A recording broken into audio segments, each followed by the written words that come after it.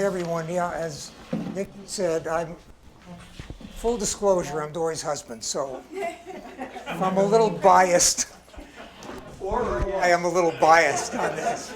But I'm going to tell you a little bit about my wife. We've been married, by the way, for 33 years, so thank you. Dorre is a doctor of chiropractic, and she graduated from Western States Chiropractic College in Portland. And when she did, she started her practice actually down in Los Angeles and opened up her practice in Santa Monica. Was practicing there for 25 years before we moved up here, where she still does some practicing, but is primarily retired, but practices with friends and family and other people like that. She was also the lead chiropractic teacher for classes that were taught in Korea and in Japan under a person by the name of Major D. Jarnett. And Major D. Jarnett was one of the founders of chiropractic, and Dorre was actually his protege. So she really did a lot of high-level teaching, although Japan and Korea at the time was not accepting women that well, but she was able to do it anyway. So. She's also a certified craniopath. She's trained in hypnotherapy and both personal and group therapy as well. And she's treated a lot of people with unsolved emotional issues, letting go of emotional problems and emotional issues. And she's done a lot of work in that area. And Dorre's also a Reichian therapist. And I don't know if some of you know about Reichian therapy. You do, everybody does, but well, a lot of people do. And that therapy is about releasing emotional energy that's stored in the body, about letting it go and releasing it. And so you'll see what some of this work is about. She's also taught. She's a certified neuro-linguistic programming practice. She's conducted workshops in this selfhood work that she's going to talk about, and has led many workshops and has led OLLI classes also on the subject.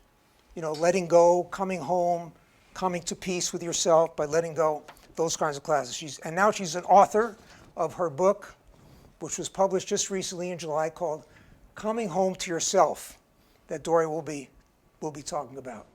And she's a facilitator also of a group that meets once a month called an Explorers Group. They're always exploring their spirituality and growth and keep improving their life and expanding their life. So she facilitates that. I'm just going to read this. Dorre Ray's career has been focused on helping people move toward reaching their full potential by letting go of negative identifications that are blocks and barriers to their personal growth and development. She has helped to free people up from self-limiting patterns so they continue to grow and develop and evolve their loving and accepting true nature, as Dorre describes as the self with a capital S. And so join me in welcoming Dorre Ray.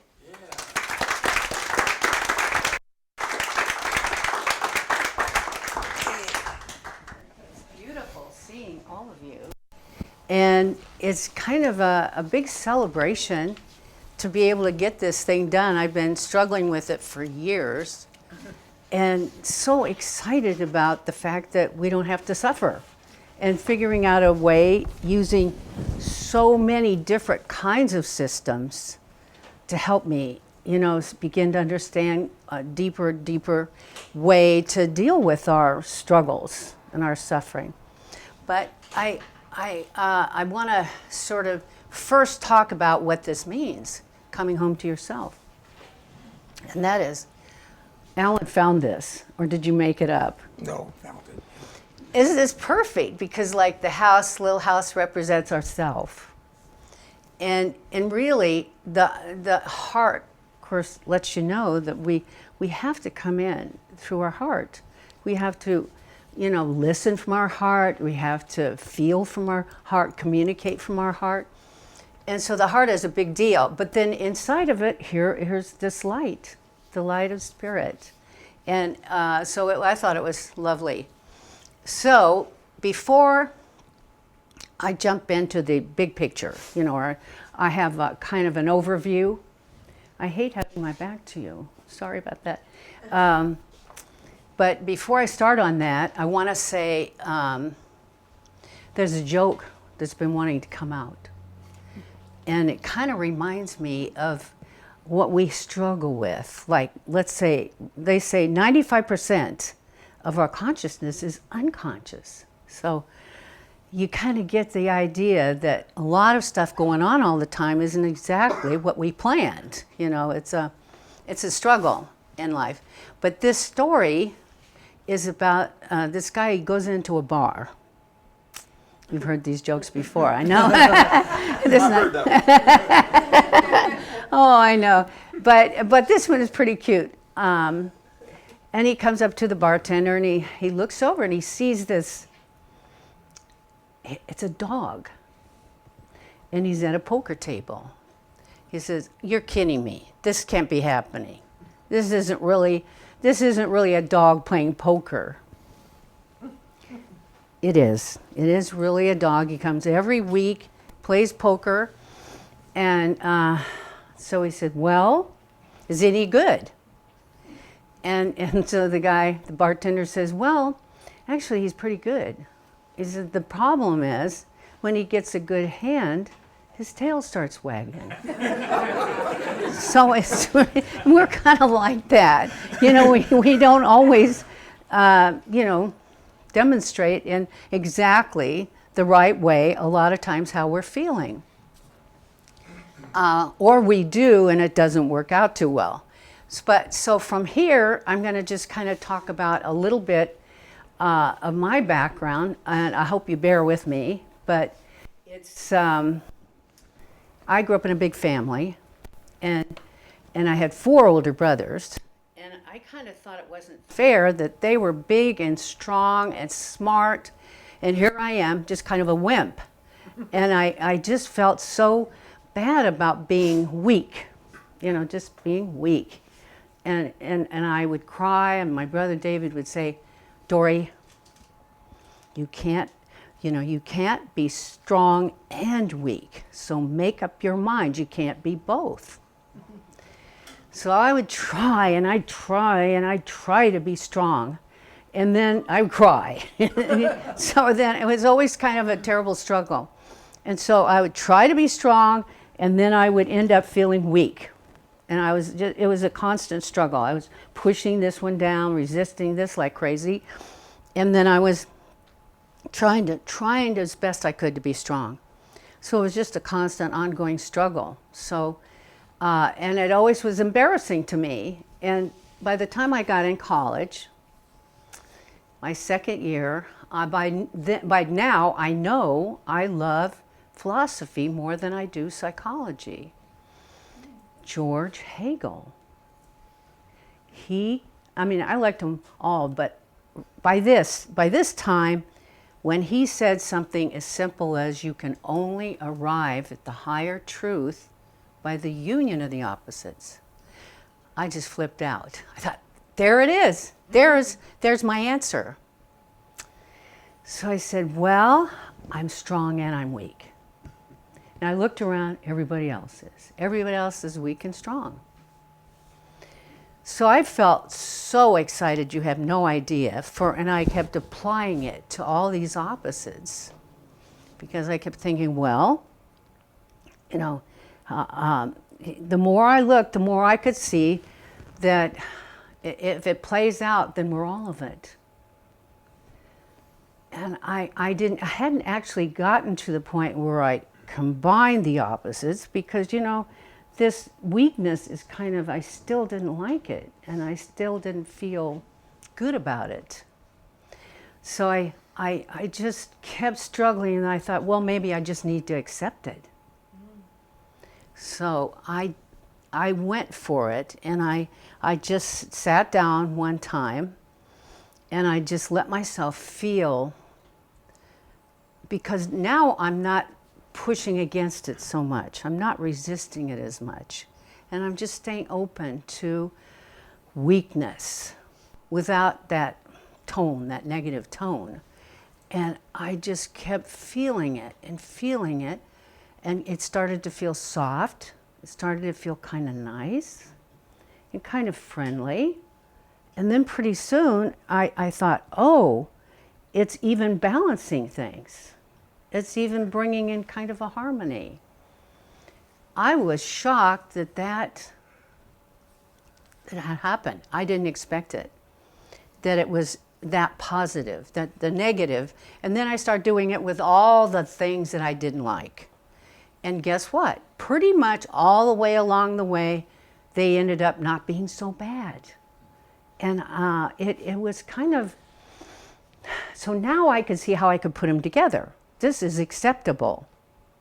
This weakness is finally just acceptable. And I did it with being wrong. Well, it was acceptable because it's human and because it's true that we all are wrong sometimes. Well, I know this sounds kind of really kindergarten and basic, but inside it felt fantastic to be able to start to put these things together. And as I put all of them together, winning and losing, you know, I started seeing that losing and being wrong gave me a chance to learn something. Does that make sense? It gave me an invitation to learn. So I didn't feel so bad about being wrong because I had a new way to look at it. So this kind of went on for years of me exploring and seeing how, wow, I'm all of it. We're all of it. Because I'm no different. It actually is pretty humbling. By the time you accept all these negatives that you've never wanted to be associated with, it just, everything starts to feel friendly in here. You know, I just felt so great. And then I had more energy. Because guess what? All that energy I was using to keep things down and to keep them, you know, wherever I could and out of the way, it's available. It comes, it's here. So this was, I mean, I tried to explain it to people and I know it sounded crazy, you know, it didn't make a lot of sense. But then when I finally got better at explaining it, then, so it just became the crux of everything, you know, this one thing that is just accepting all of it, one by one. And then pretty soon, it's easy to start to see how I can accept life. I mean, I got into this accepting place that it just found, it was pretty darn easy to accept others. And I know I got tested many times. You know, I had a friend that was kind of a character and we would bug each other. She called me needy one day and I got really kind of pissed off and I didn't like it. I don't like being needy. That's not my thing. And so I said, okay, Dorre, you preach this stuff, sit down and be quiet and just feel it. Feel it. So I did.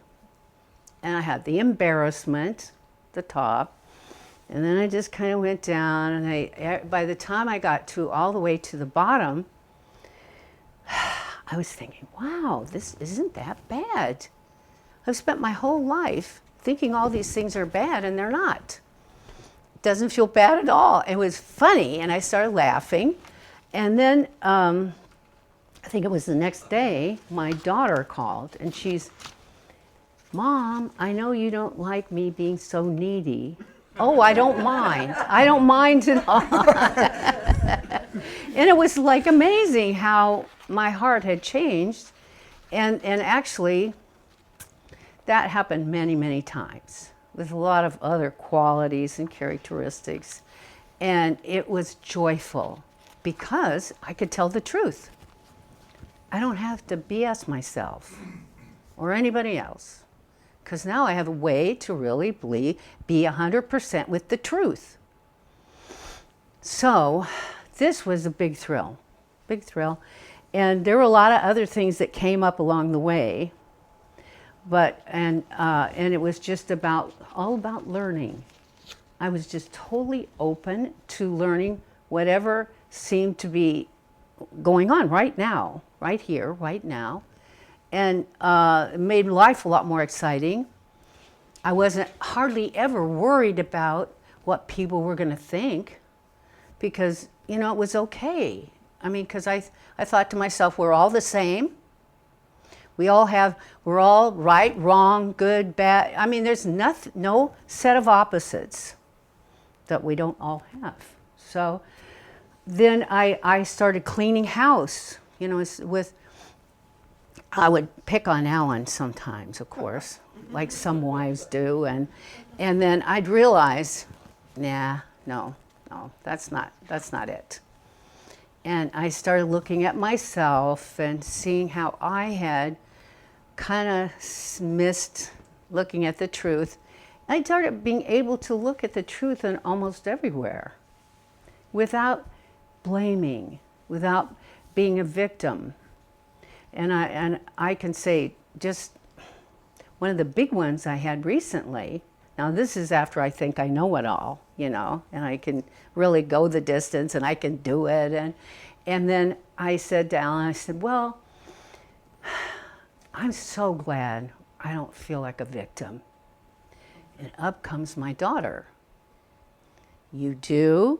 You don't? Are you kidding? And I had to face the fact that I felt like a victim with my one daughter who was always in trouble or having struggles. And I always thought I had to save her. So I realized I was kind of a victim. And boy, I did not like that. Because, I mean, I thought I was beyond this.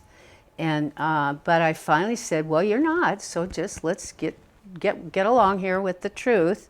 And I used the practice and all the steps, and I cleaned house with all this, well, I have to save her or she might hurt herself, or, you know, overprotective, thinking I have to be responsible. Oh, I just cleaned house with all of it.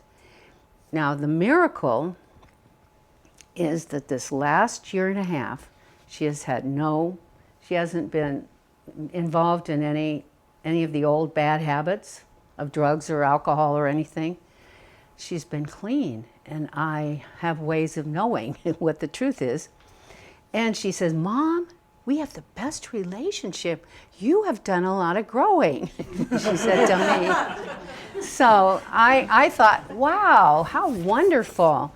And we really have a great relationship now that we never had, because I was so busy taking care of her, you know. Well, so this, I'm just saying, basically, this has been such a growth experience for me personally, and I'm assuming that we're all the same. You know, we all have the same, and it's so nice to be able to be vulnerable. And I think, you know, as I look out here, I would guess that, you know, it's going to be fairly easy for you guys to learn this simple practice if you're interested, And so, but for right now, I just wanted to give you a little background, but then I should kind of, before I stop here, say that it occurred to me that and chiropractors basically deal with people that haven't worked through their emotion, their negative emotion. It kind of settles down in the body.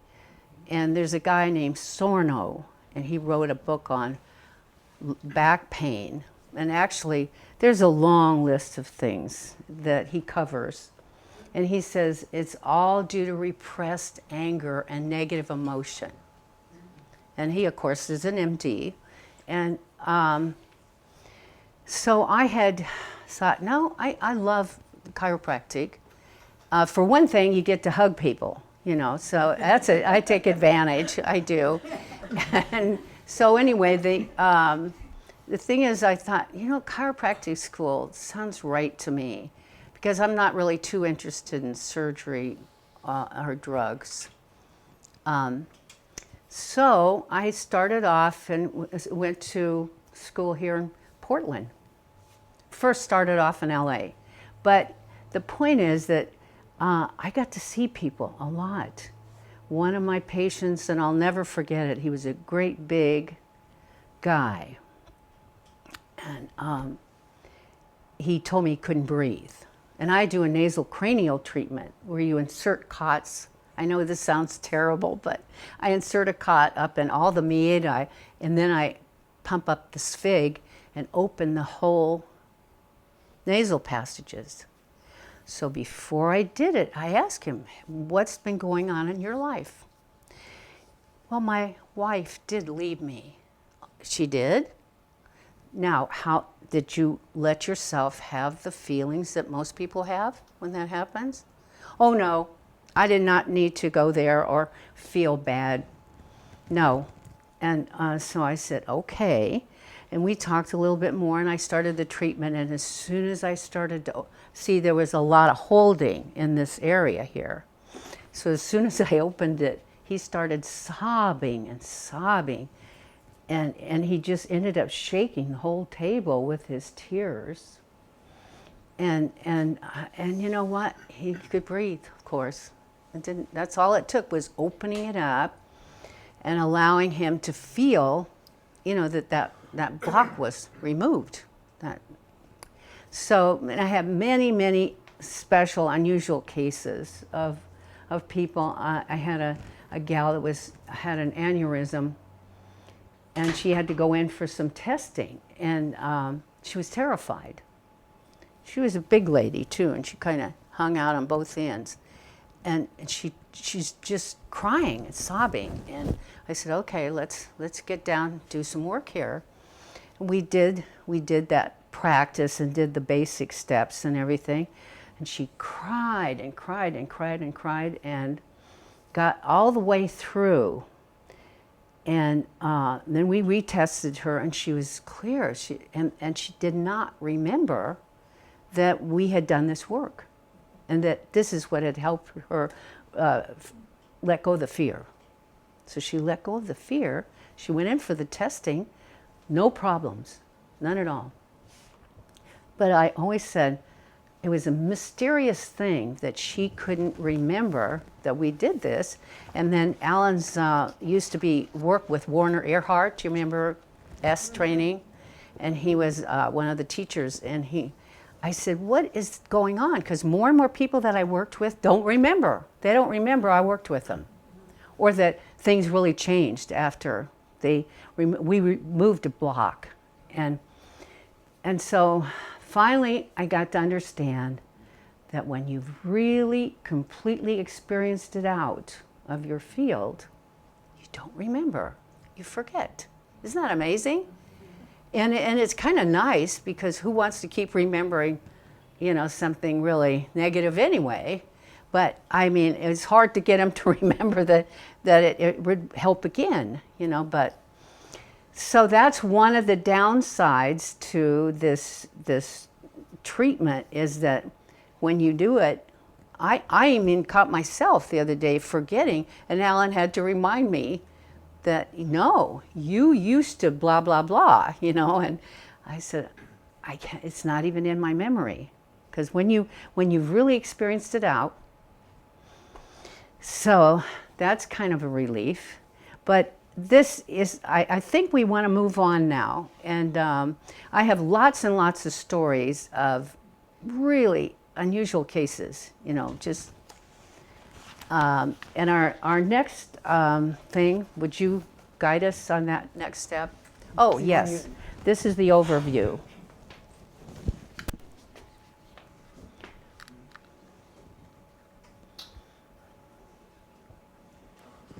Yeah. Should I get it? Yeah. There it is. Oh, doing too far. Okay. Oops.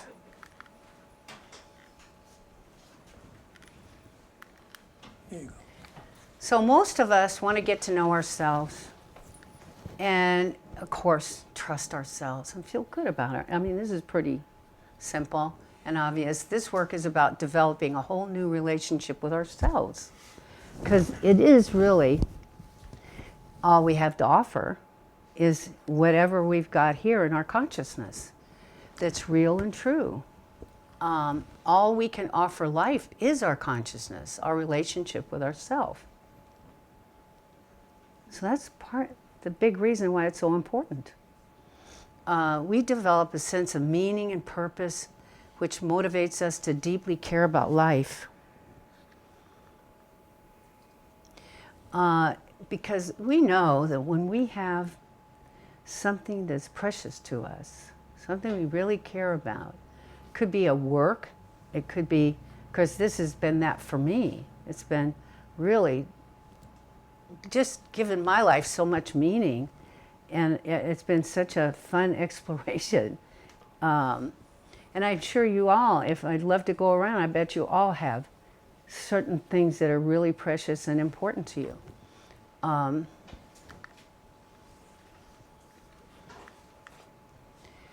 Our emotional and spiritual selves hold the key. This is my belief, of course, that hold the key to our peace and well-being. We come to peace by accepting all of our different energies. I think we just kind of talked about that, but the mental ego self usually denies the truth and defends and holds onto fixed or rigid beliefs, which gives it some sense of security and safety. We're afraid of our emotions. I think most of the people I know are worried about being inappropriate or doing or saying or letting all these emotions out and looking foolish, or, you know, and we may get stuck in them. We're not at home with ourselves. That's, of course, I always think about Abraham Lincoln. He was known for saying, I want to be buried with my best friend. And a lot of people thought it was another person when it was just being friends with himself.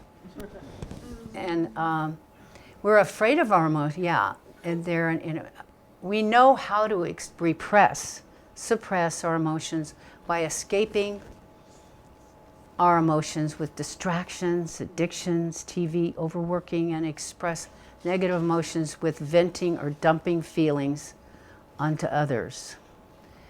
And one thing while we're right here, I want to say I'm all in favor of venting, only in private. In private. I have a few girlfriends, and we talk about tantrum therapy. We love it because, you know, it's so nice sometimes to just let it all out, and it's almost, the more we can get it up and out, the healthier we're going to be. Because in effect, if you don't help yourself get it up and out, it has to go down into the body. It settles down. I have had a lot of trainings and workshops that say the same thing. If they're stuck down in the body, it often ends up being some kind of illness or big problem.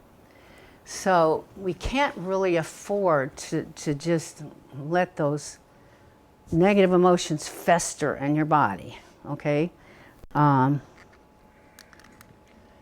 We open up to our receptor sites to receive the love that is yourself, trusting that it's safe to use the practice to let out negative emotions and be fully expressed out in private. See, there are some receptor sites that help us receive. And I didn't know, what was the name? There's a word, Yiddish word or Jewish word that means receiving God. And I for quite a while have thought it's all about receiving. It's all here. And it's not, and so we have receptor sites for love. We do. And if they're open and we're open to receiving, then it works. And See the God within. the God within. Yeah. Yes. Pardon? Kabbalah. Kabbalah, that's it. And there are ways to learn how to receive. But I think, just even playing around with it yourself, and and silence and quiet, and just imagine you can receive what's already here. It seems like we should be able to. Our past programming, identifications, and conditioning, PICs, create a lot of unnecessary struggling and suffering. That's for sure. And I'd like to use this, PICs, to mean just this. So if you can, it's a lot easier. We break down the blocks and barriers that keep us from what is real and true. So what we're really after is what's real and true. Connecting to a higher power, self, spirit. I'm so sorry you can't see this. Self, spirit, supports our growth and development. The practice can free you from painful negative emotions and thoughts which create trauma and conflict. You'll be letting go of past negative programming, identifications, the PICs again, which manifests as accumulated negative emotion. And again, I like that abbreviation when possible, because we always have, if we don't keep finding a way to let this up and out, then we accumulate. It accumulates in our body and in our field, the energy, just what we don't want, you know. And most of these inhibiting patterns come from past misunderstandings, mistaken identities. And we come to peace and become clear about what's real and true. We become our own authority and are at home with our own personal power. And it's just, it all flows. It all just kind of, once you get in that flow that's real and true, you can feel it. And it's different than the old kind of one that's, you know, not sure and, you know, kind of doubting things. So if we feel a curiosity and courage to wake up from these patterns and become conscious of them. Common programs are, I did something wrong, there's something wrong with me, I don't belong.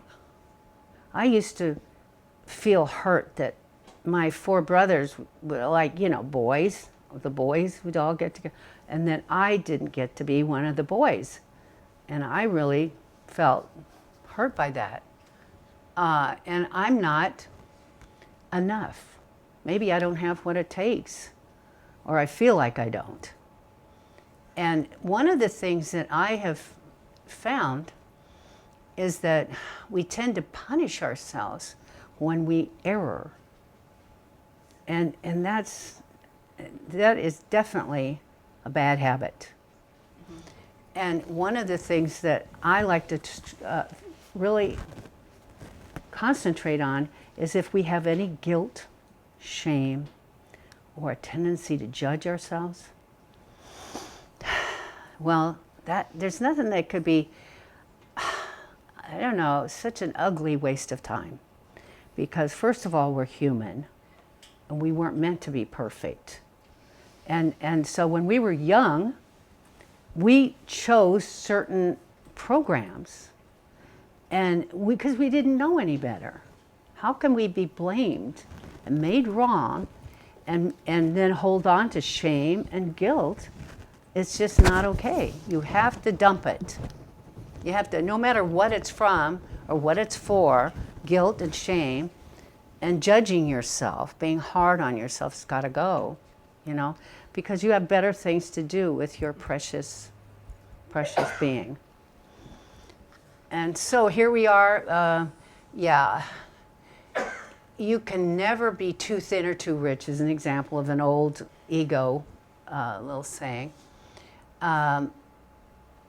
We are more valued with a lot of education and degrees. Isn't that the truth? In order to let go of judgments, we must see ourselves in the other person and accept them as part of the whole. Well, I have a, what I think works for me is when I see somebody doing something and I don't necessarily like it, like maybe somebody talking too much. All I have to do is say, but I do too. I talk too much, and all I have to do is remember I have the same stuff. And then because once you start beginning to accept that we have a little bit of everything and all of it, and it's just, it's just a simple matter of identifying, saying, yeah, I have that too. And then there's no judgment. It's really, does that make sense? Yeah. It's a way to skip the judging and just say, well, I have that too. And it just feels better anyway than judging. So I think that's the end of this program, isn't it? One more. Okay, oh yeah, this is a really great part. Terminology. This should probably have been, let me get out of the way for this. This lowercase self is our little ego, our little self.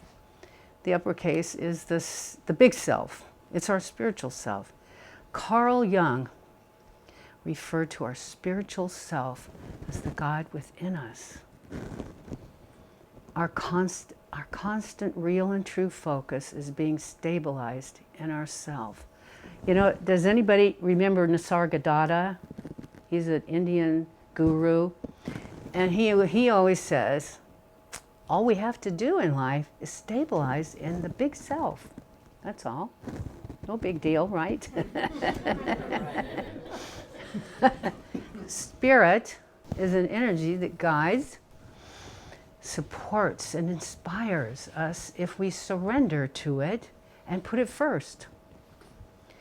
And I tend to, I skipped a lot of years on this, but now, from now on, I have too much experience that confirms that if I put spirit first, in the driver's seat, so to speak, boy, it makes a big difference. It really feels, I do get all this help. And so spirit or self can be referred to as source. But the intention of this work is to be respectful of everyone's personal beliefs. Everyone has their own particular special beliefs. But you take your pick. Whatever feels right to you. And if it's not here, still okay. So, here we go. I think that's the end of this part. And we'll be going on. Alan, what's the next step? We're going to have he's my director guide. We're going to give some examples of, maybe leave that there. Okay. Give some examples. In fact, Dorre wanted me to give an example in my life. And I said, well, I got about 100 of them, but which one do you want? So I don't want to go too deep with some real serious stuff, which I've had in my life. Believe me, I had a lot of it.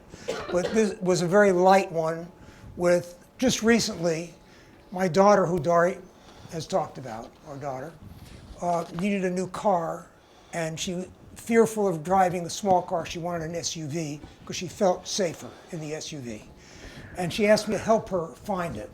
And I'm very meticulous, usually, about looking for things. So I'm checking out all of the cars, one owner, they've had it since it's been new, it's been garaged forever, very low miles. But the prices of those cars now, they've escalated. Used cars are tremendously high price, and her budget was not anywhere near there. And after looking for a long time, I got very frustrated and I couldn't find anything. So I went to a used car lot, which I'm not supposed to do mentally. And there was this nice lady, and she showed me this SUV, and it was really clean. And I drove it, and it was really nice.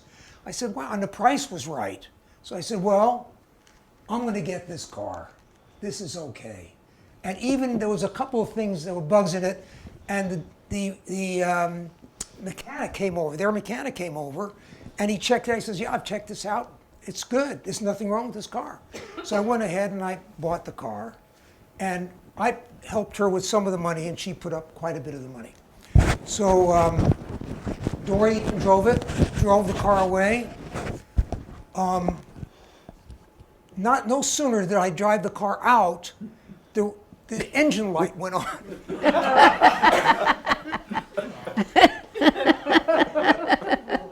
I'm going, oh, that's interesting. So I took the car to my mechanic, and he said everything lit up. The whole computer lit up like a light. And after $600 and some odd dollars, the car seemed to be okay. I drove it up to Portland. My daughter drove it, and it started shaking. She took it to her mechanic, and $1,200 later, it finally is good, and she's very happy with it. But I spent the $1,200 too, because I didn't want her to think that she had to pay for that. Well, I made the decision. Now, normally, I had some old fears going that I really screwed up. I should never have done that. I should never have trusted this person. Normally I would be, the dealer. Huh? You forgot the green tea. The green tea, she was a lovely woman, Chinese, and she gave me green tea to drink. This was... See there, now you're getting the details. That would have done it for me too.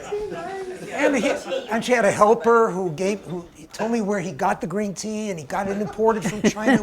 It was really something. So I was so pleased with this whole thing. But you know, now before I would have definitely judged her, blamed her. I would have made myself wrong, and I did have one sleepless night over it. I really did. You know, I really was blaming myself, and I really screwed up. And a lot of it was old fears that I had. And but then, just one night, I would normally, years ago, I would have had a lot of sleepless nights. This was just one, and I just got over it. And I didn't even blame her. In fact, I liked her. And you know, I think that she might have even thought that the car was okay, that she wasn't really trying to rip me off at all. You know, but it was a lesson. So it cost me $1,800 extra for this lesson. But it was a lesson, and you can see I can laugh about it. So It's the green tea. So I let go of the old stuff of not feeling good enough, that I'm not worthy, I'm inadequate as a person. All the old programs that were embedded from childhood. Because my father was I liked my father, but he was a critical guy. He'd always find something I was doing wrong, so he'd correct me. Well, there's something wrong with me if I keep getting corrected for everything, you know, that kind of thing. So it's getting over all those old programs, but those old programs actually run my life. They ran my life for a long time, because I was always careful what I would do. I would try not to make mistakes. I would always be overly cautious, all those things. But it held me back. It's like putting the brakes on at the same time, putting the gas and the brake on at the same time. So I was able to kind of let go of those old feelings and programs by really feeling them and knowing it's okay. Like Dorre has mentioned, she teaches me, we're only human. I'm just a human being. It's okay. I make mistakes. They're all learning experiences. It's no big deal. And I can get on with my life. And then when I'm okay to make mistakes, then I can start taking more risks and doing things before where I wouldn't. I'd be very tight, wouldn't take the risk, wouldn't take those chances. Now I'm okay to take the risk because I can live with it. Yeah, I might screw up again, so if I do, I do. You know, that's the kind of thing. So I just wanted to share that with you. And you would say you forgave yourself. And I forgave myself, thank you. You know, I have to forgive myself for buying that. Actually, it turned out okay. But I forgave myself for not doing what I normally do, you know, going through the trouble of checking out cars, which is a lot of work. Yay! Thank you. So, There's Oh. other examples, but that's just one of them that I have. Well, you know, I've been asked to tell some history, you know, some stories about how this practice works, and you know, in what ways does it work? I've had so many different people that I've worked with, and a lot of deep emotional issues. I have one lady that is a pretty big name in town, and she, of course I don't ever say names, but she found the person she loved and wanted to be with, but didn't feel safe because of her father and all of her, you know, old negative programming. She didn't feel safe to marry him, so she comes over and we do a session. She runs out and gets married, you know, and you know, it's just like all we need is just to neutralize, or you know, just put it to bed. You know, it's the practice allows you to do it with yourself. And I had another person that was hysterical. He was a big businessman. He had a few of these big closets, you know, creating closets, those big fancy closets. And it doesn't matter what it was, but he had a habit of being angry and snarling and criticizing and putting people down. And his wife said, "Can you help him? You helped all these other people. Can you help him?" I said, "Sure, get him in here." So we had the best session, and I got him right up to the point where he let go of all of the anger and the, you know, but then putting in a new program. I said, when you get activated and, you know, triggered, you just kind of collapse into giggles. It worked so well that a year later they came to visit, and he was laughing, as he was still laughing, and his wife goes, "Well, you know, I think it seems a little strange for him to be laughing that much." But I said, "Well, is it better than all that anger?" And she said, "Yeah." But it was amazing how well it worked. And so I never heard any more complaints, I guess. But so I'm just thinking of all the people that had, for me, I use it off and on during the day, you know, maybe. If I have a meeting I'm going to and it's going to be a challenge, you know, because of whatever. Or maybe I just want to be clear and be able to be receiving well. So I'll do it then. I'll do that process. And then, of course, before I came here, I did it. And I just do it any time something's happening where I want to be able to be present and not bringing forward any stuff from feeling aggravated about something else. We tend to project, as you know, we tend to project whatever's going on in here on everybody, you know? And it's kind of, it doesn't belong out there. It belongs here. And, you know, hopefully we find a way, we find our own personal way of letting it up and out.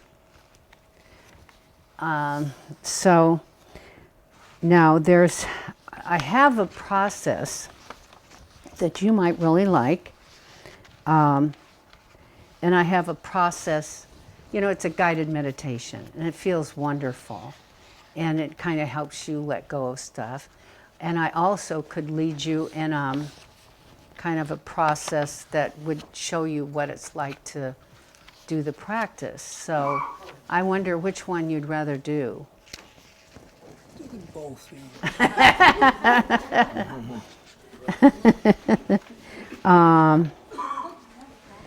Now let's see, let's look at the time here. Well, it's okay, we're okay. Okay, let's do the meditation. All right, I want you to get comfortable and yeah, wiggle, really. And I just invite you to close your eyes when you're ready. This guy here, Bill, he's ahead of time. Bring all your attention into this room and down into your body.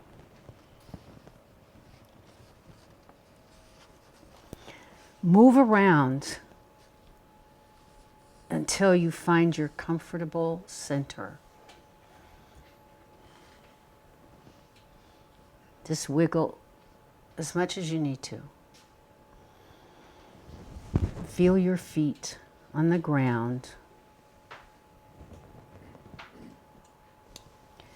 Take 3 big, long breaths.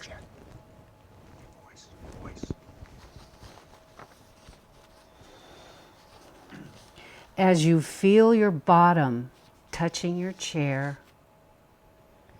you sink down into your body. Soften and melt any tension or tightness. As you feel your way down through your body.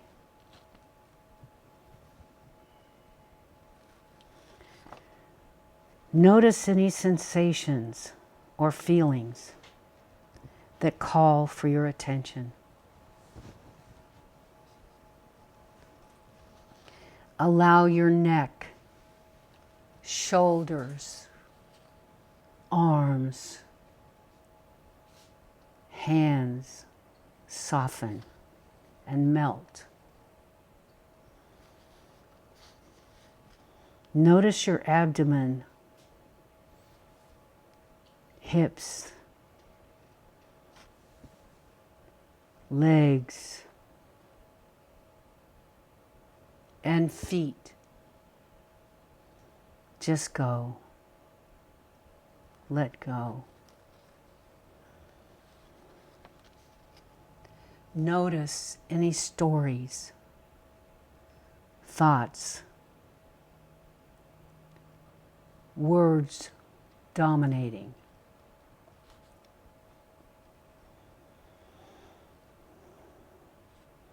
It's important to just let them go and be with the feelings underneath.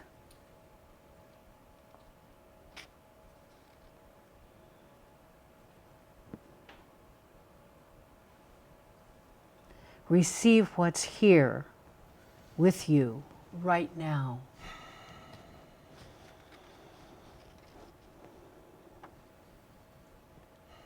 Sink down into these unwanted negative emotions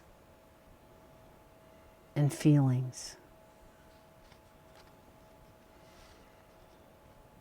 such as worry, anxiety,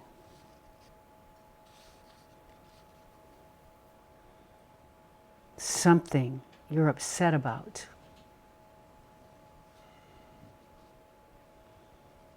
Something you want to change.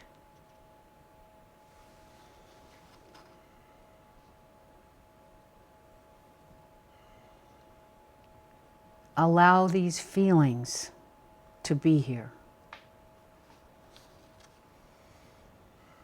Experience them to the bottom, the worst part.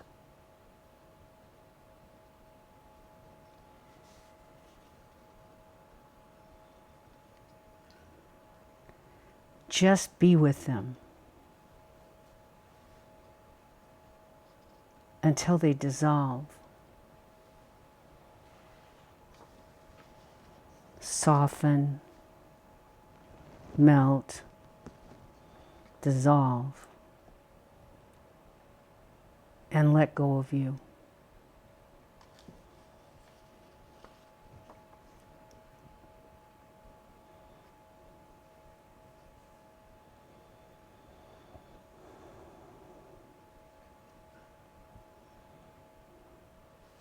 Notice if they start to lighten up with more acceptance.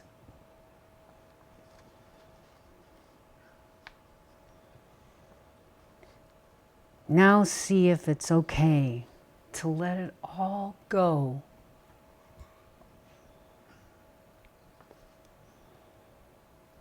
And feel a whole acceptance of these feelings.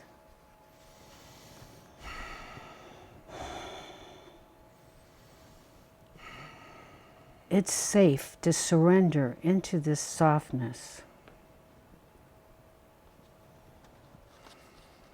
tenderness.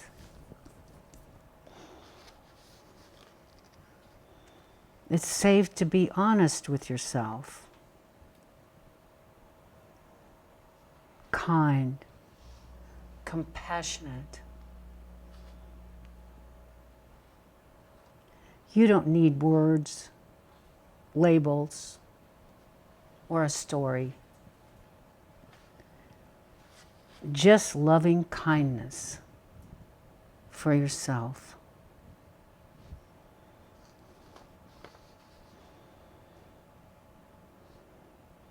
Maybe you can feel this deep sense of peace, harmony, and balance that is always here. This peace belongs to you. You can take it with you wherever you go.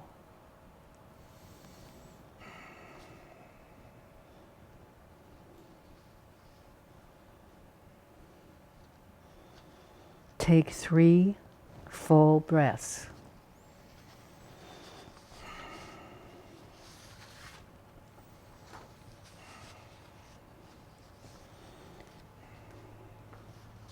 Now when you're ready, come back into the room and open your eyes when you're ready.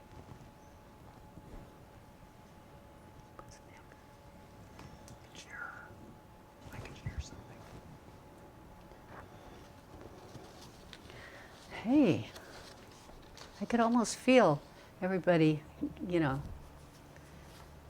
getting the sense of acceptance and yeah.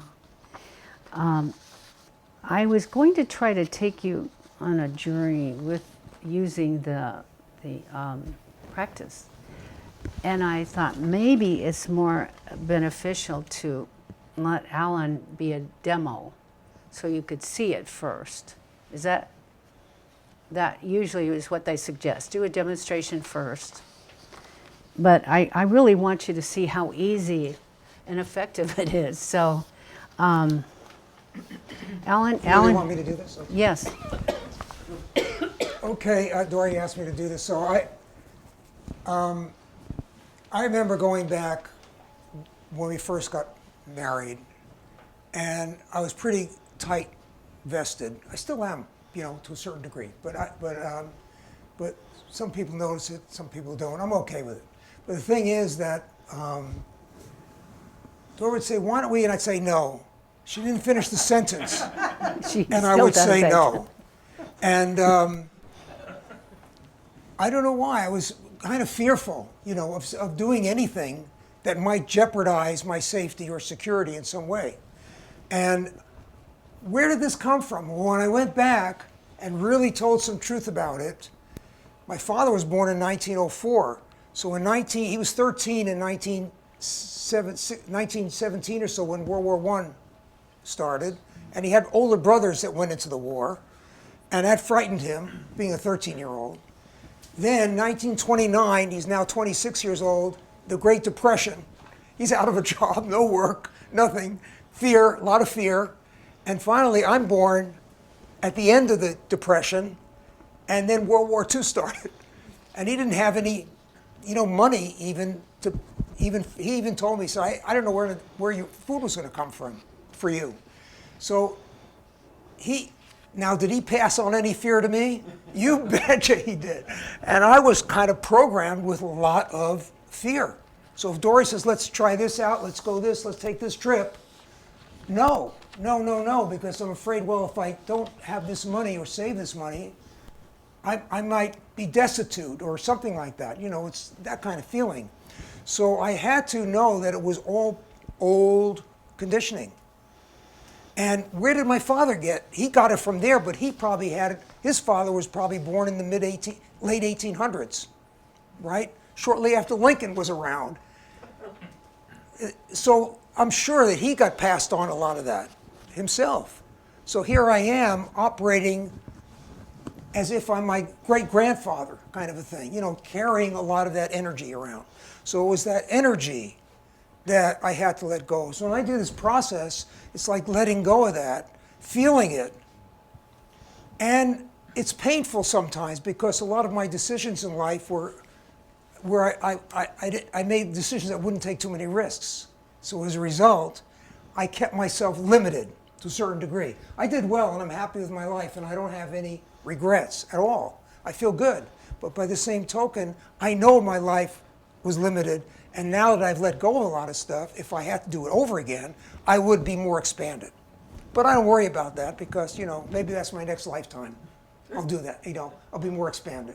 But right now, but I've learned from this, so now as I get older, I can make the choices that are more expansive than I ever had because I'm not limited at all by these old patterns that were running me. I can still accept them as part of me. They are part of me. But I can still now know that and still get back on the horse, so to speak, you know, and ride the horse, even though I've fallen off a few times. So that's And kind of, now what do you say? I say yes to exploring. I don't say yes absolutely. Well, he used to say, I'll say yes even though I want to. Yeah, sometimes I'll say, yeah, I use that I always thought that was silly funny. expression. Yes, even though I want to, you know, something like that. But I'll explore it with her. But I won't always say 100% yes, you know. You know, one thing I want to add that's been a big deal is in all my relationships, when I get into, you know, what would you call it, a kerfuffle, I call it, you know, kind of a little fight.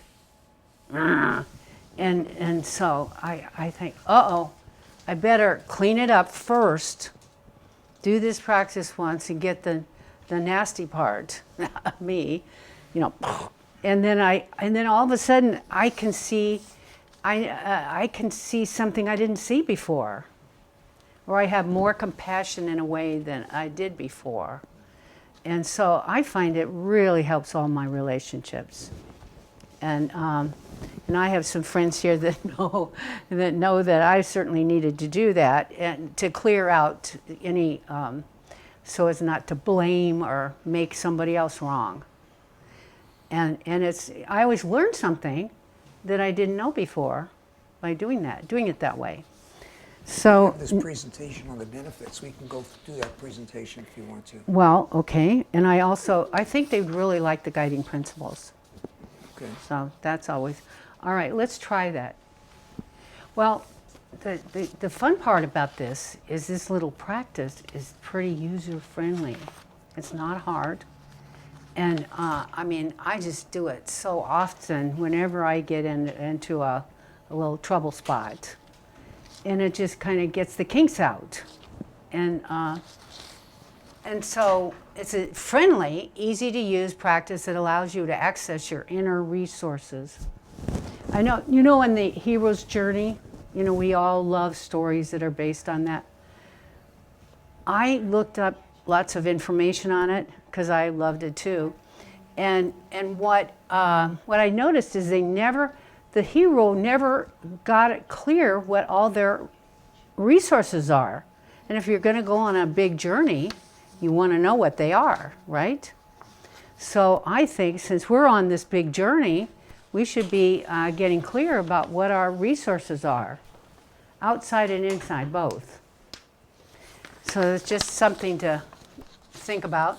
But the practice lets you go, helps you let go of falsehoods, trauma, conflict. We've already said that. And we awaken to our past conditioning and programming, and which are the primary cause of our suffering. You know, we have different kinds of suffering. You know, and we all have learned a lot. I mean, a group like this has done already a lot of work and a lot of learning.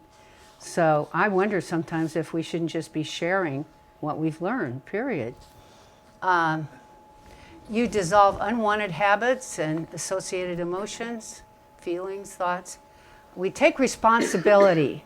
See, that to me is one of the very biggest thing, is because it's easy to fall into the trap of being a victim or feeling at the effect of something.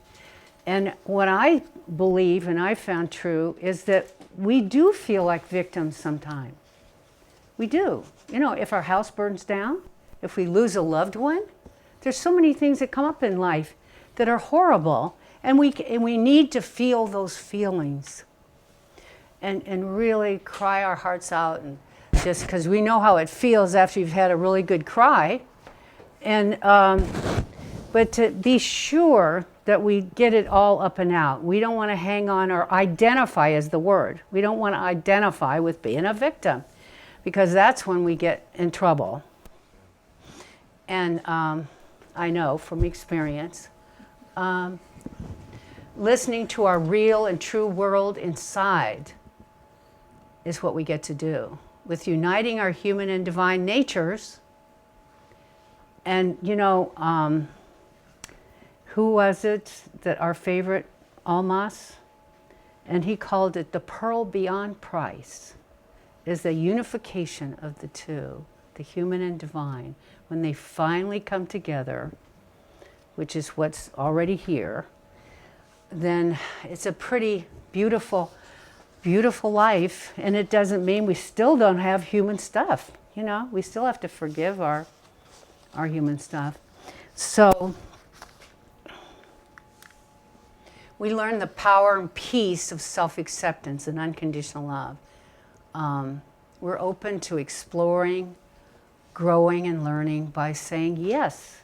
Yes to exploring too. Because one of the things that I want to admit to is I like to try things out. Most people don't do it. It's a lot of fun to try something new out. Well, you do. I know you do. I learned from her. But, you know, it's so much fun to go inside and try out stuff inside. You know, because when you explore and discover something, it's yours.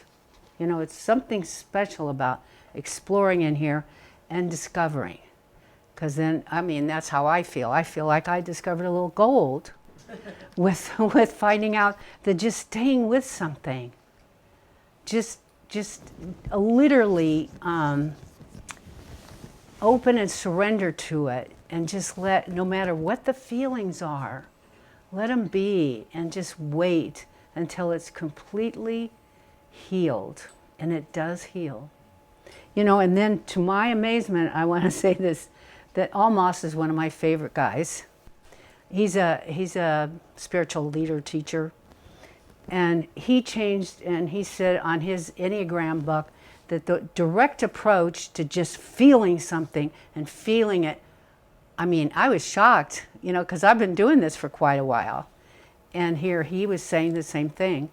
This is the best way to heal anything. Go right into it and just be with it with all your love. And I always think, you know, our spirit is with us. And so, and also there was David Hawkins, who's one of my favorites. And he's a research guy. He changed. I couldn't believe he did it.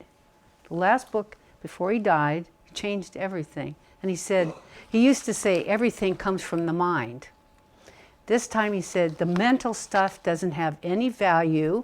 Let it go immediately. I mean, Ellen was shocked, and so was I, because usually, but he was a researcher. He valued that more than just continuing the same. So where were we?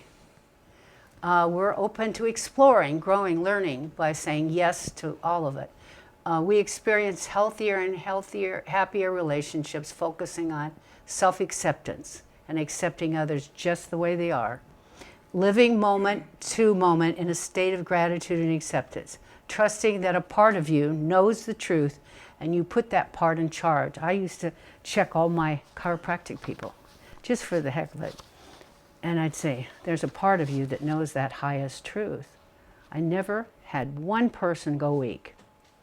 Everybody tests strong on that. We stay open to receiving the preciousness of ourself, others in life. Is that it?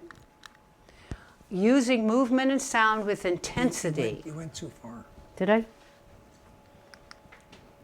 Yeah. We use guiding principles to help maintain clarity and wisdom, giving our life meaning and purpose. We gradually build a strong, healthy base inside. We feel a new internal truth and depend on our own true inner authority and self.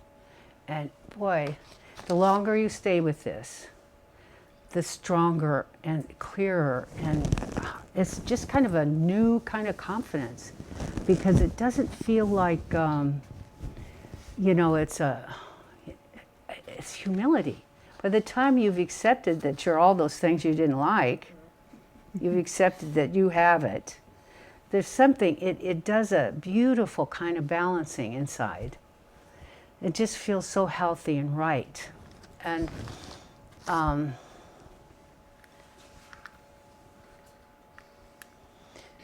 did we see this? No. Using movement and sound with intensity, you express out your feelings. The physically expressive movements include deep breathing. And we use the rattle or your hand, either way. I did bring, since we've got a second here, I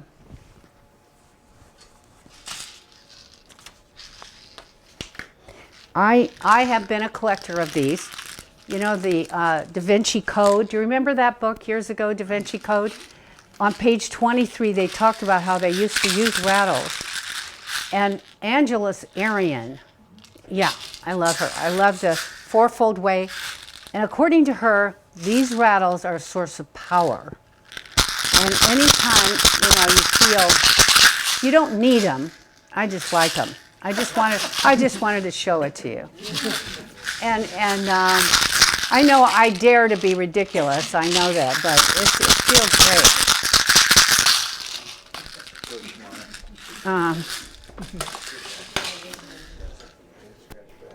Oh yeah, you can do a lot with it. And here we are. Stay with the worst feelings until they dissolve. I'm not kidding you. This is really the secret. You just stay down in that dark hole and the worst spot. My daughter says to me yesterday, Mom, why do you think people are going to go for this if you're asking them to do the one thing they don't want to do? I'm asking you to go down into these bad spots and that feel really bad, and just the way to heal it is just to sit down and just surrender. And well, you can of course remember you have spirit there with you, but you have help if you want it. But nothing works like this. Tap on the high positive energy points, allowing a synthesis of the positive and negative, accepting that you have a new higher truth with feelings of gratitude. Yes. And it's hard not to feel really grateful. So it dissolves common, I think we've gone through this a number of times. And it involves discharging the negative emotions and habit patterns, leaving an open space. Once the unwanted negative energies are dissolved, Where are the positive places to tap on? They're right here. Thank you for asking, by the way. It's, where your head comes down. Here's the skull. And where it falls into soft tissue right here, that's C1, cervical 1. And that's where you want to tap. Right there. And you can tap across here. But this is the number 1 point. Lightly. And, yeah, don't hurt yourself. This is not meant to punish. And tapping across your chest. Yeah, it just feels, you're talking to your heart. You're talking to all that stuff in there that, you think about it, all the stuff that doesn't feel good has been needing some attention and respect for a long time. Right?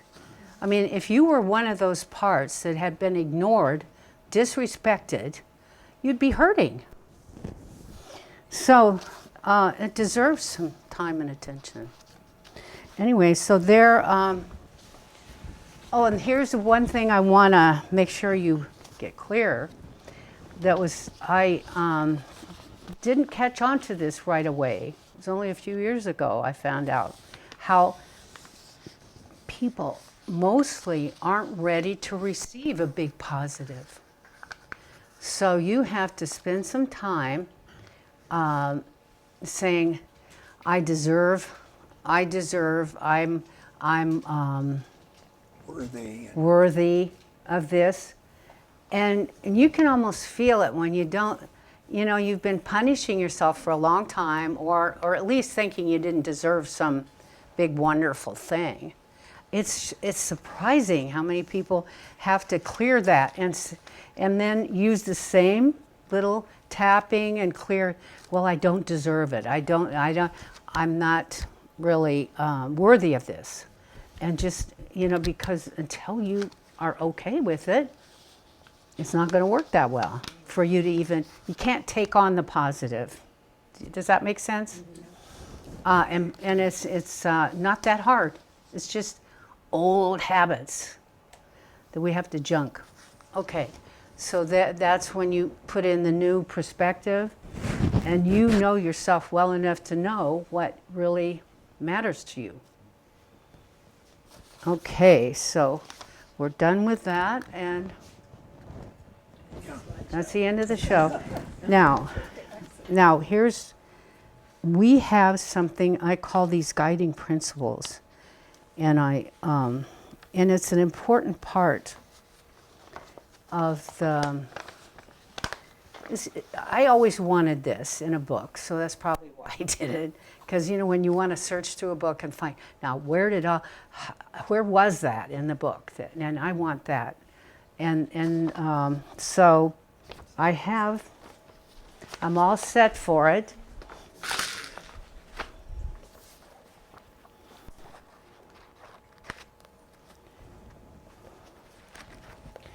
These guiding principles are things that, and then we can do questions and answers, if you wish. I can try doing normally a person does this by themselves, the practice. Because when you read about it, it's very simple and straightforward. And I could also show you how I do it. You can see how simple it is. So it depends on what might be more beneficial. But now I'm just going to give you a couple of these. And if they don't seem like something that you would find useful, we'll move on. Oh, it's page 157. Thank you. My glasses on. 157. My gosh, I can see without my glasses. I usually wear glasses. So the first one is about, we consider this to be the most important step in life. Because unless we wake up and call ourselves to action, we're just going to down the road. You know, we're not going to be really here. So we call it waking up, being willing to acknowledge that you're not your emotions, your thoughts, your beliefs, your assumptions, your opinions, problems, stories.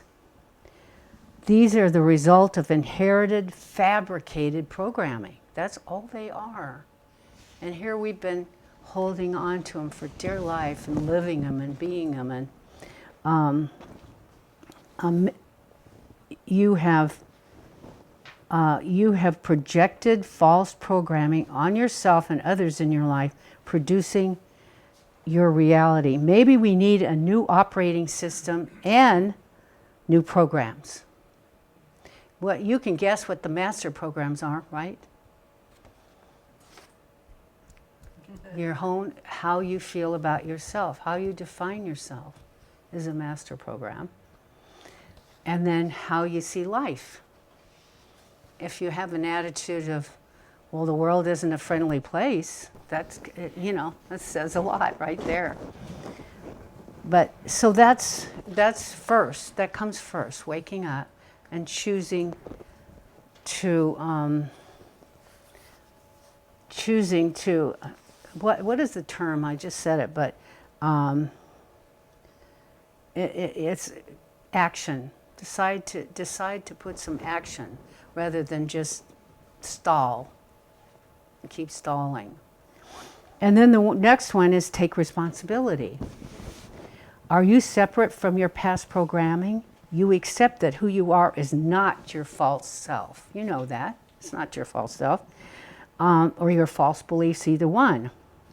Your self-discovery will reveal that the only true power you have is in taking responsibility. Is that right? And instead of being at the effect. Warner used to say that.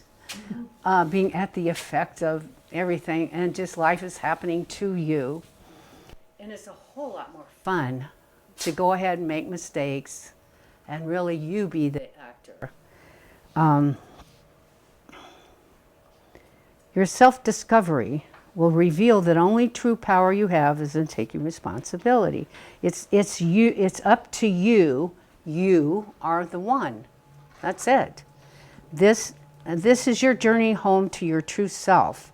As you build a home base inside, what emerges is a new way of being, a new identity, and a worldview that offers inner strength, security, trust, and confidence. You already are your real true self. That is always, I remember working with Ajasante once, and he asked us, what do you already know before you start this program? What do you already know? And thank God I said, we already are. We already are whatever we long for. And we already are the God within. Be willing to suffer short-term pain for long-term gain as you experience the negative emotions disappearing out of your field and permanently dissolving. It's really interesting. I had a friend, and she was a very close friend. And I asked her one day, about 3 years ago, I said, do you have anything left? Because she was like towards in her late 80s.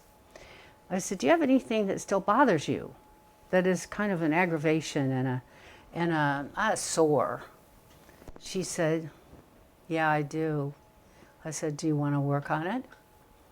And she said, okay. She didn't know what it meant, but an hour and a half later, because her grandmother had been hurtful to her, or at least she felt so. You know, she had been carrying this all these almost over 85 years. She told everybody about this too. She told her kids and friends and everybody that she had this miracle happen, and everything was nullified. All that hatred, and she hated her grandma, and her grandma hurt her, and everything turned around, and she let all that bad stuff go before, she let go, and it was a miracle. And she talked about it. She was the only person I knew that talked about it, and it was such a thrill because she took it so seriously that she looked at all of her whole grandmother's life, and she saw everything differently. She saw, oh, she could do this, she did that, and it was a massive healing. And then she called me up one day and said, I'm applying that same kind of attitude towards all my relationships. Because if I could do that to my grandma, be so upset with her and hate her, then I must be not seeing very well other people. And I had thought that was true. And so she saw all this herself just from doing that one healing. And I mean, I'll never forget it. I'll tell you, that's for sure. And of course, this next new guiding principle is it's okay to be human. This is a big one. You're going to go home and at least you're going to do one thing. You're going to let go of the shame, the guilt, and all that stuff, right? You know, because you don't need it. It's only hurting you. It doesn't help anybody. And so you are facing, feeling, and accepting the ignored, rejected, denied, unacceptable parts of yourself. And these parts really need some love and attention. It's okay to be human and accept everything as part of the whole. And this puts a stop to the criticism and judgments we have of ourselves and others. You can notice your human habits and laugh at your human flaws, faults, foibles. There's no reason to feel wrong or guilty, as your ego is not capable of distinguishing truth from falsehood. You know that. The ego can't tell. And let's see. Also, the denied positive parts of yourself that you have accepted, such as your talents and gifts. You know, there are all these positives that we, you know, it's both sides. We don't allow the expression of all these precious parts of ourselves. And I know some people here that have some real talents and gifts, and I like to remind them. I love to remind people of their talents and gifts. I don't care who it is. It's fun to do it. I mean, just to be able to enjoy just appreciating talents and gifts that people, and they don't often do it themselves. It's a part that you also need for your wholeness. So remember that. All your gifts and talents you need for your wholeness too. And instead of projecting admiration onto others, learn to own it yourself. And your personal power increases as you take responsibility for being the source in your life. We know everything manifests from source. Okay, this is going to be the last one. Let go of being a victim. But I think we've already really covered this. And the big thing that I just would hope you remember, don't identify. You know, feel it, let it go, because we're going to have to do that. Because we do have things happen in life. And I think of all the people that their houses burned down. What was it, 2 years ago? So many people lost everything. And so the big key now is to feel your feelings to the bottom and stay there. Be with it. Bring the love and the caring and the respect that it needs. Now, is there anything in terms of that we haven't covered? We could, Questions? I could try showing you how I do it to myself. You know, just, can I use a chair somewhere right here?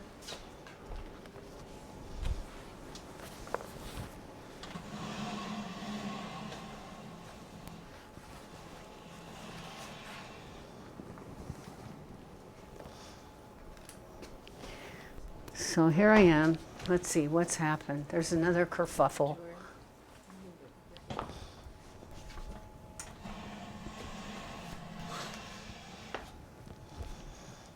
Okay. I have this box back here. I'm imagining that, I have a brother that I have been best friends with for life. We've always been very, very close. And he has, Alzheimer's. It's so sad. It just breaks my heart because he was so successful in life. And it just seemed like overnight it happened. It wasn't really, but it seemed like it. So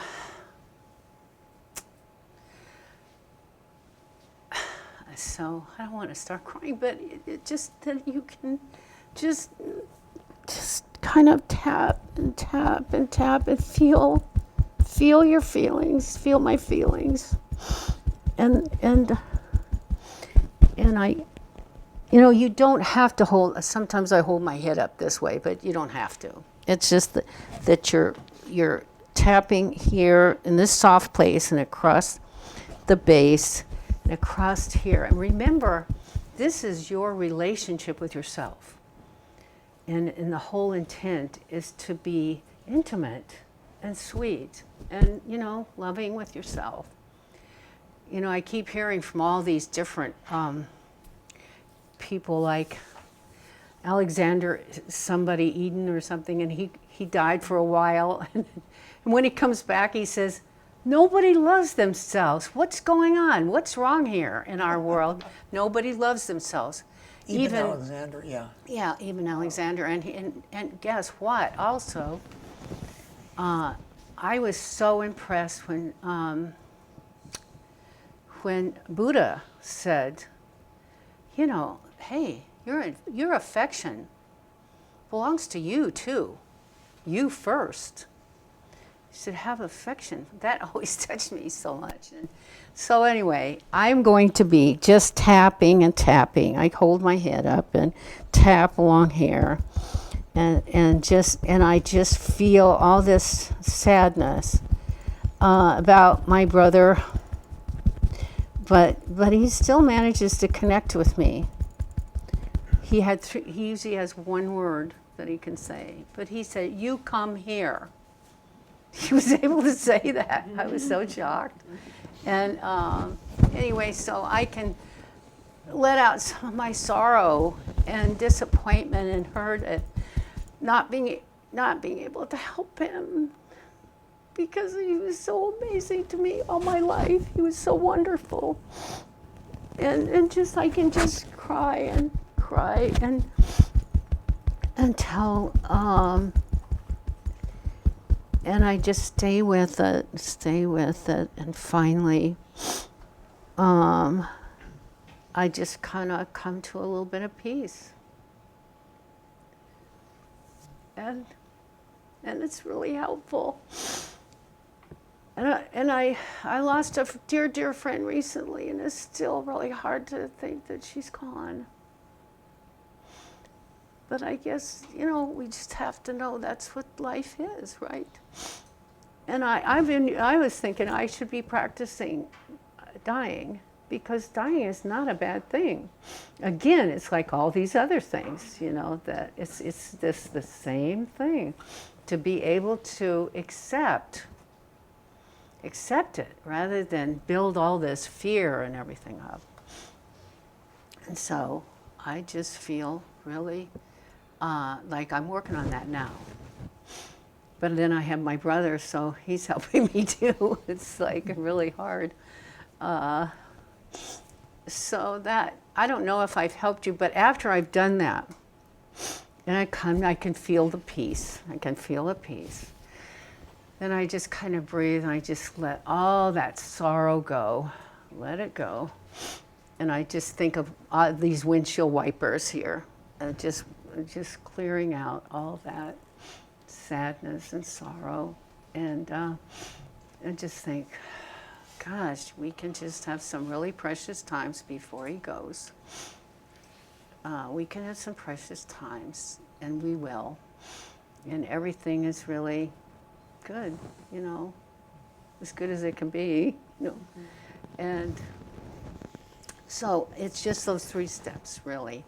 And of course, I think at the end, so just keep that door open, or that to the love, the unconditional love that's here all the time. If we stay open to it, it's right here. So, and that really matters. because I've known a big difference in my life because I can stay open longer, where I can see I'm open more of the time. And I think, wow, this really beats the heck out of the old. the old. So just staying open to receiving. Just think about that. Just stay open to receiving all that preciousness. So that is, and then you just keep kind of saying, you know, that you're just so grateful for this precious time. You're so grateful. And acknowledging it, you know. You guys have been fantastic. You really have.